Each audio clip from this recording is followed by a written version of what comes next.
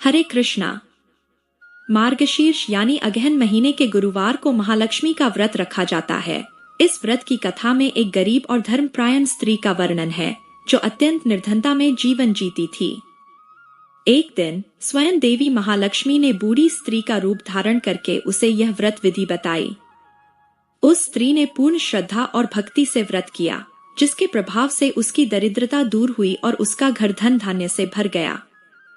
कथा में आगे बताया गया है कि घमंड में चूर एक रानी ने इस व्रत का अपमान किया, जिसके कारण उसे अपना राजपाट और वैभव खोना पड़ा। बाद में पश्चाताप करके जब उसने भी व्रत किया, तब देवी की कृपा से उसे फिर से ऐश्वर्य की प्राप्ति हुई। यह कथा बताती है कि मां लक्ष्मी केवल श्रद्धा और नियम से किए गए पूजन से प्रसन्न होती हैं। आइए सबसे पहले जानते हैं मार्गशीर्ष महालक्ष्मी व्रत की पूजा विधि के बारे में। यह व्रत करने वाले स्त्री तथा पुरुष दोनों मन से स्वस्थ एवं आनंदमय होने चाहिए। इस व्रत को किसी भी महीने के प्रथम गुरुवार अर्थात बृहस्पतिवार से शुरू कर सकते हैं।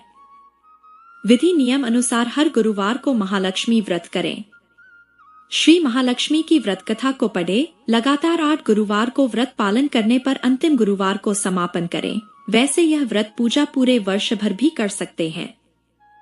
पूरे वर्ष भर हर गुरुवार को देवी की प्रतिमा या फोटो के सामने बैठकर व्रत कथा को पढ़े। शेष गुरुवार के दिन 8 सुहागनों या कुंवारी कन्याओं को आमंत्रित कर उन्हें 7 पीढ़ा या आसान पर बिठाकर श्री महालक्ष्मी का रूप समझकर हल्दी कुमकुम लगाएं। पूजा की समाप्ति पर फल प्रसाद वितरण करें तथा इस कथा की एक प्रति उन्हें देकर नमस्कार करें।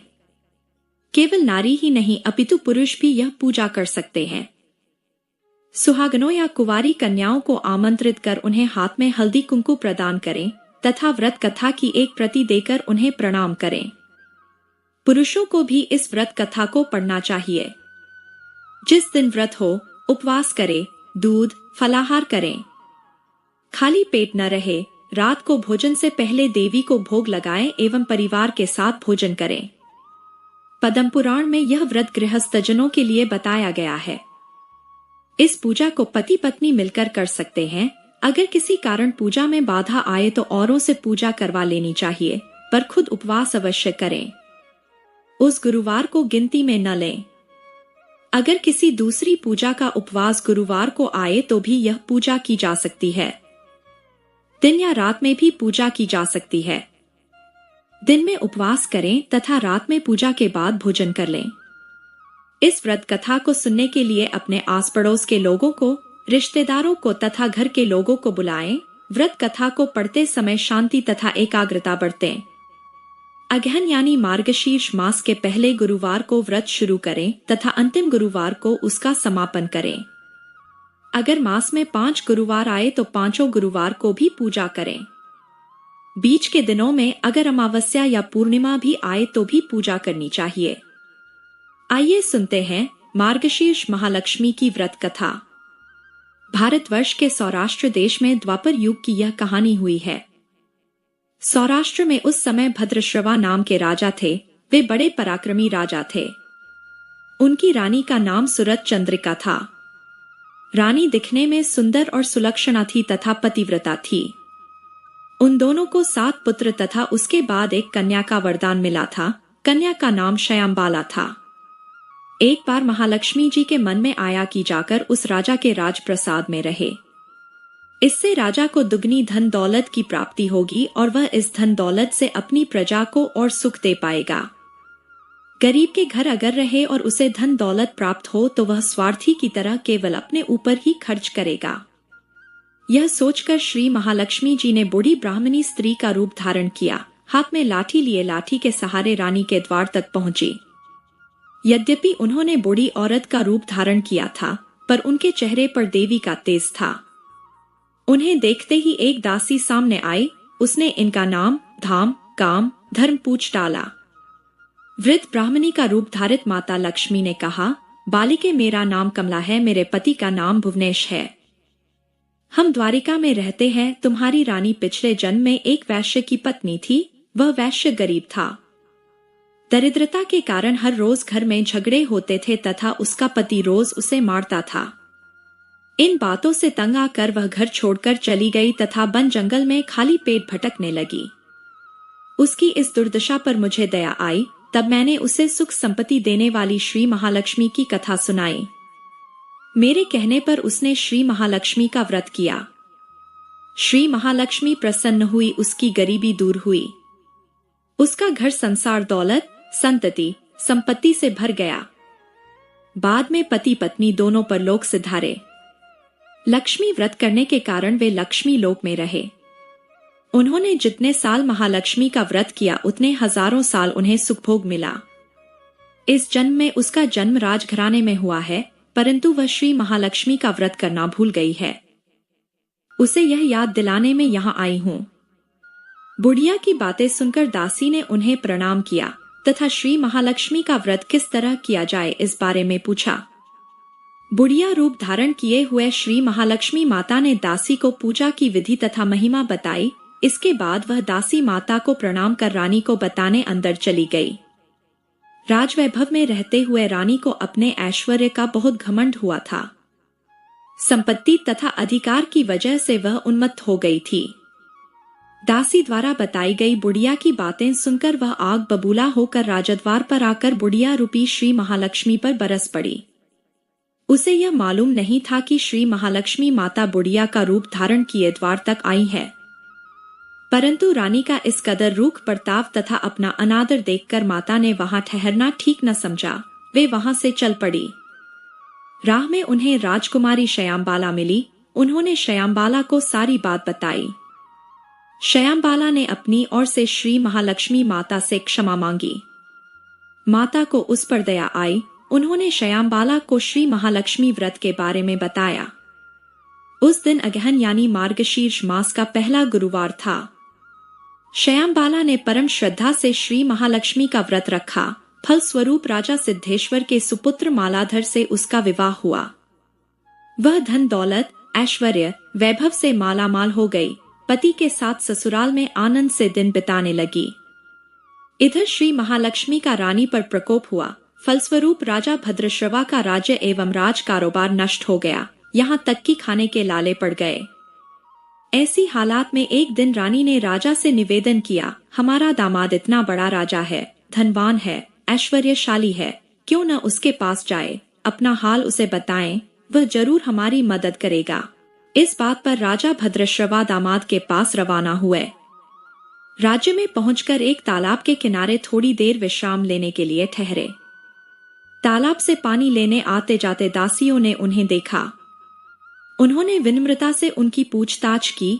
जब उन्हें यह मालूम हुआ कि वे रानी श्यामबाला के पिता है, तो दौड़ते हुए जाकर उन्होंने रानी को सारी बात बताई।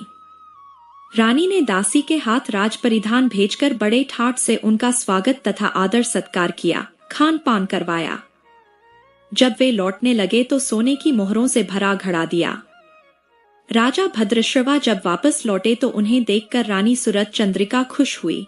उन्होंने सोने की मोहरों से भरे घड़े का मुंह खोल पर हाय भगवान, घड़े में धन के बदले कोयले मिले। यह सब श्री महालक्ष्मी के प्रकोप से हुआ। इस प्रकार दुर्दशा में और कई दिन बीत गए। इस बार रानी स्वयं अपनी कन्या के पास गई। वह दिन अगहन मास का अंतिम गुरुवार था। श्यामबाल ने श्री महालक्ष्मी का व्रत किया, पूजा की, अपनी माता से भी व्रत करवाया।